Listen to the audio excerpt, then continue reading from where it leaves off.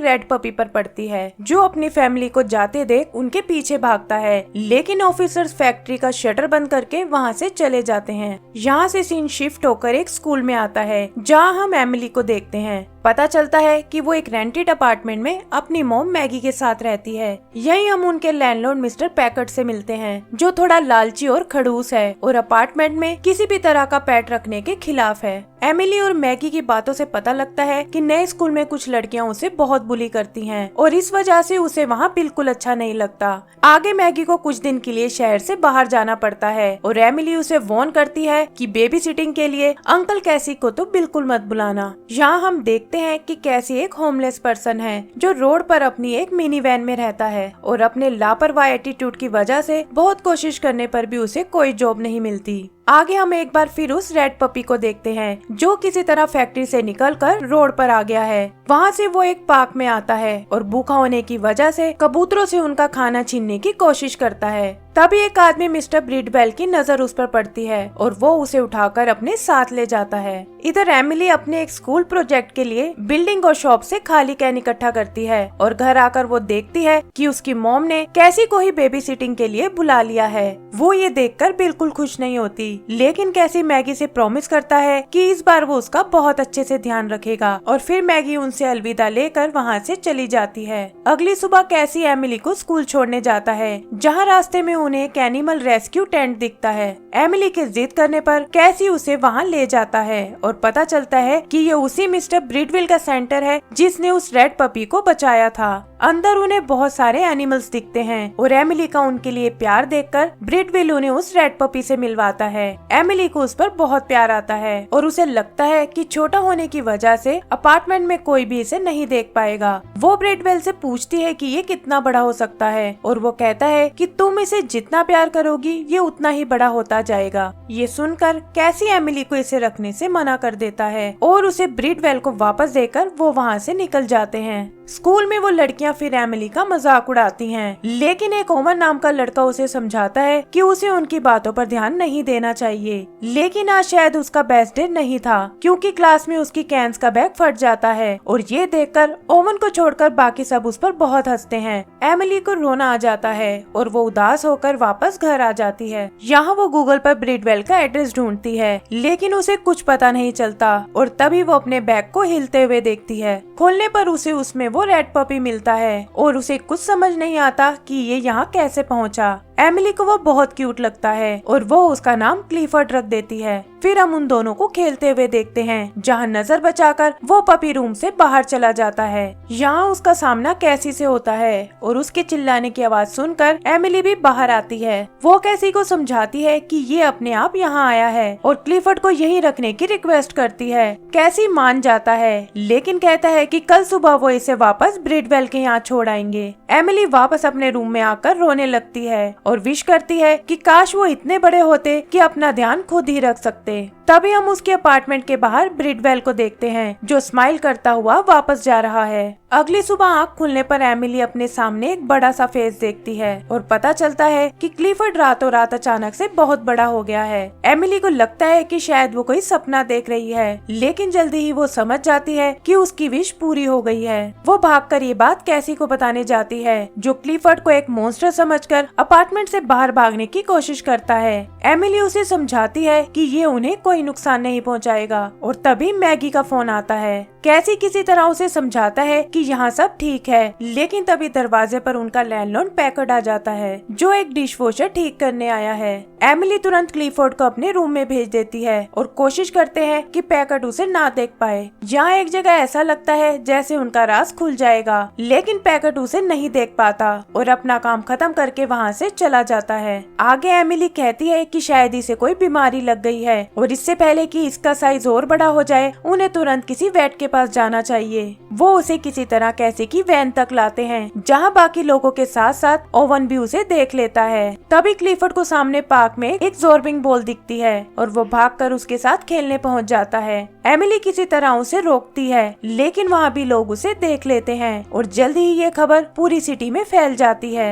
इधर हम life grow company के सीईओ जैक को देखते हैं, जो इंसानों के खाने वाली चीजों को बड़े साइज का बनाना चाहता है, लेकिन हजारों डॉलर्स खर्च करने पर भी उनके सभी एक्सपेरिमेंट फेल हो रहे हैं। तभी उसकी सेक्रेटरी उसे क्लिफोर्ड की फोटो दिखाती है, जो सोशल मीडिया पर बहुत वायरल हो रहा है, और उसे लगता है कि शायद इसके डीएनए से वो अपने एक्सपेरिमेंट्स को पूरा कर सकते हैं। आगे हम एमिली और उसके दोस्तों को देखते हैं, जो क्लिफोर्ड को एक वेट के पास लाए हैं। वो उसे एग्जामिन करने की कोशिश करता है, लेकिन उसके सारे टूल्स बेकार साबित होते हैं। यहाँ एक रिसेप्शनिस्ट एमिली से पूछती है कि क्या तुमने इस पपी को ब्रेडवेल से खरीदा है, क्योंकि वो ही है जो ऐसे मैजिकल एनिमल्स रखता है। कैसी उसका एड्रेस पूछता है, लेकिन वो बताती है कि उसे ढूंढना इतना आसान नहीं है। और तभी एमिली को एक आइडिया आता है। वो कहती है कि ब्रेडवेल ने कल उनके स्कूल के ग्राउंड में टेंट लगाया था और उन्हें विजिटर डेटा से उसकी इंफॉर्मेशन मिल सकती है। वो स्कूल जाते हैं, जहाँ रिसेप्शनिस्ट को बेवकूफ बनाकर ओवन उसकी सारी इंफॉर्मेशन एक पेन ड्राइव में सेव कर लेता है। एमिली भी क्लिफोर्ड के लिए कैंटीन से खाना लेने जाती है, लेकिन वो किसी तरह गाड़ी से निकलकर उसके पीछे स्कूल में आ जाता है। यहाँ एक बार फिर वो लड़कियां एमिली को परेशान करती हैं, और तभी क्लिफोर्ड वहाँ आकर उन्हें अच्छा सबक सिखाता है। इधर जैक क्लिफोर्ड में अपनी चिप लगाने को कहता है, ताकि वो उसे लाइफ ग्रो की प्रॉपर्टी साबित कर सके, और उसके लोग एमिली को ट्रैक करके उसकी इंफॉर्मेशन निकालते हैं। फिर वो उसके एड्रेस पर जाता है, और क्लिफोर्ड की फोटो देखकर पैकर्ड समझ जाता है कि एमिली की फैमिली उसे धोखा दे रही थी। तभी एमिली और उसके दोस्त भी वहाँ आते हैं और क्लिफोर्ड को वैन में छोड़कर फ्लैट से लैपटॉप लेने जाते हैं, लेकिन वहाँ उन्हें पता चलता है कि पैकर्ड ने फ्लैट सील करके उन्हें घर से निकाल दिया है। इधर हम एमिली के एक नेबर को देखते हैं, जो डिश एंटीना को ठीक करते वक्त छत से नीचे गिरने लगता है, लेकिन इससे पहले कि उसे कोई चोट पहुँचे, क्लिफोर्ड वहाँ आकर उसे बचा लेता है, और ये देखकर लोग बहुत इम्प्रेस होते हैं। आगे हम कैसी को देखते हैं, जो बहुत उदास है, क्योंकि इस बार भी उसने मैगी का भरोसा तोड़ दिया है। और तभी ओवन उसके नेबर का लैपटॉप लेकर आता है। स्कूल से मिली इंफॉर्मेशन से उन्हें पता चलता है कि ब्रिडवेल आज मेडिकल चेकअप के लिए हॉस्पिटल जाने वाला है, और वो वहाँ जाने की तैयारी करते हैं। तभी वहाँ जैक आता है, जो कहता है कि ये बड़ा पपी असल में उसकी प्रॉपर्टी है, जो लैब का दरवाजा तोड़कर भाग निकला था, और उन्हें कुछ पैसे देने की कोशिश करता है। लेकिन एमिली उसका झूठ पकड़ लेती है और कहती है कि जब ये पपी मुझे मिला था तो वो बहुत छोटा था। जैक भी समझ जाता है कि इस तरह काम नहीं बनेगा, और उसके इशारे पर उसका आदमी क्लिफोर्ड में वो चिप लगा देता है। ये देखकर एमिली क्लिफोर्ड को भागने को कहती है, और उसके नेबर भी इस काम में उसकी मदद करते हैं। एमिली ओवन के साथ मिलकर किसी तरह क्लिफोर्ड को वैन तक ले आती है, लेकिन देखती है कि कैसी जैक के लोगों को रोकने में लगा हुआ है। ये देखकर वो खुद ही वैन ड्राइव करती है, और जैक के लोगों से बचते हुए वो लोग ओवन के अपार्टमेंट में आ जाते हैं। कैसी भी उन्हें ढूंढता हुआ वहाँ पहुँच जाता है, और ओवन के इतने बड़े घर को देखकर बहुत हैरान होता है। तभी वो देखते हैं कि क्लिफोर्ड ने ओवन के पग को निगल लिया है, लेकिन वो जल्दी ही अपनी गलती समझ जाता है और उसे बाहर निकाल देता है। कैसी को लगता है कि शायद वो भूखा है, और वो सबके लिए ढेर सारा खाना मंगवाते हैं। यहाँ उनकी नजर टीवी पर पड़ती है, और वो देखते हैं कि जैक ने किसी तरह पुलिस को अपनी साइड कर लिया है, और वो सब मिलकर उसे ढूंढ रहे हैं। आगे वो लोग ओवन के डैड यू से मिलते हैं, जो एक शिपिंग कंपनी के मालिक हैं, और उन्हें सारी बात समझाते हैं। पता चलता है कि यू का चाइना में बहुत बड़ा फार्म है, जहाँ क्लिफोर्ड आराम से रह सकता है, और वो उसे भेजने के लिए तैयार हो जाते हैं। एमिली को ये सब बिल्कुल पसंद नहीं आता, क्योंकि वो क्लिफोर्ड को अपने से दूर नहीं करना चाहती, और ये देखकर कैसी एक शर्त रखता है। वो एक बार फिर ब्रिडवेल से मिलने को कहता है, लेकिन अगर वहाँ उन्हें कोई सोल्यूशन नहीं मिला तो वो क्लिफोर्ड को चाइना भेज देंगे, और ना चाहते हुए भी एमिली मान जाती है। अगले दिन वो लोग हॉस्पिटल जाते हैं, जहाँ उन्हें पता चलता है कि ब्रिडवेल की कल रात एक बीमारी से मौत हो गई है, और ये सुनकर एमिली को बहुत दुख होता है। तभी उन्हें बाहर पुलिस दिखाई देती है, जो शायद उन्हें ही ढूंढ रही है, और वो तुरंत क्लिफोर्ड को लेकर यू की बोट तक आते हैं। एमिली बहुत उदास मन से उससे अलविदा लेती है, और हम देखते हैं कि क्लिफोर्ड भी इन सब से बिल्कुल खुश नहीं है। फिर वो उसे बोट में डालकर बड़े शिप की ओर भेज देते हैं, और एमिली अपने सबसे अच्छे दोस्त से अलग हो जाती है। एमिली की मॉम भी उसे टीवी पर देखती है, और उसे मुसीबत में समझकर तुरंत वापस निकल पड़ती है। इधर कैसी को एक मैसेज से पता चलता है कि हॉस्पिटल में मरने वाला आदमी ब्रिडवेल नहीं था। ओवन भी उन्हें यही बात बताता है, और कहता है कि इस वक्त ब्रिडवेल का टेंट मैनहट्टन पार्क में लगा हुआ है। तभी उनका नेबर उन्हें बुलाता है, जहाँ न्यूज से उन्हें पता चलता है कि पुलिस ने क्लिफर्ड को पकड़ लिया है और उसे लाइफ ग्रो कंपनी में ले जा रहे हैं। एमिली अपने नेबर्स के साथ मिलकर उसे छुड़ाने का प्लान बनाती है और वो तुरंत लाइफ ग्रो तक पहुँच जाते हैं। यहाँ जैक प्रेस को बताता है कि कैसे वो इस डॉग की मदद से जल्दी ही अपने एक्सपेरिमेंट में कामयाब हो जाएंगे और लोगों को अपनी कंपनी में इन्वेस्ट करने को कहता है।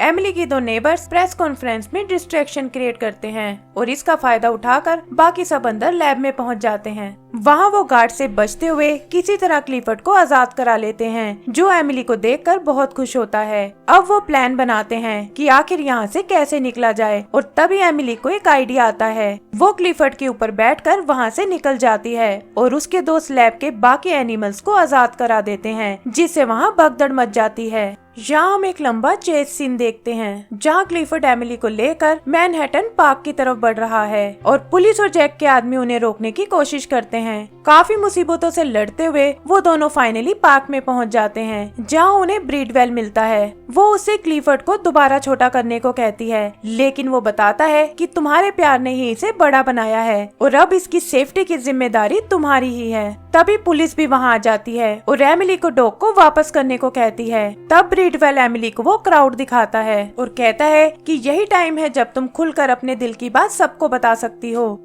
ये सुनकर एमिली एक इमोशनल स्पीच देती है, जहाँ वो कहती है कि चाहे बड़ा हो या छोटा, हर डॉग को आजाद रहने का पूरा हक है और वो उनसे क्लिफर्ड को बचाने की रिक्वेस्ट करती है। ये देखकर पब्लिक उसे फुल सपोर्ट करती है, लेकिन तभी वहाँ जैक आ जाता है और सबको बताता है कि बचपन से ही ये डॉग उनके साथ है। फिर वो एक चिप रीडर से उसे स्कैन करने को कहता है ताकि क्लिफर्ड के असली मालिक का पता लगा सके। ऑफिसर आगे बढ़ता है और जैसे ही क्लिफर्ड को स्कैन करता है, वहाँ खड़ा ब्रिडवेल अपने मैजिक से चिप को बदल देता है। ऑफिसर सबको बताता है कि क्लिफर्ड की असली मालिक एमिली है और ये सुनकर जैक को बहुत हैरानी होती है।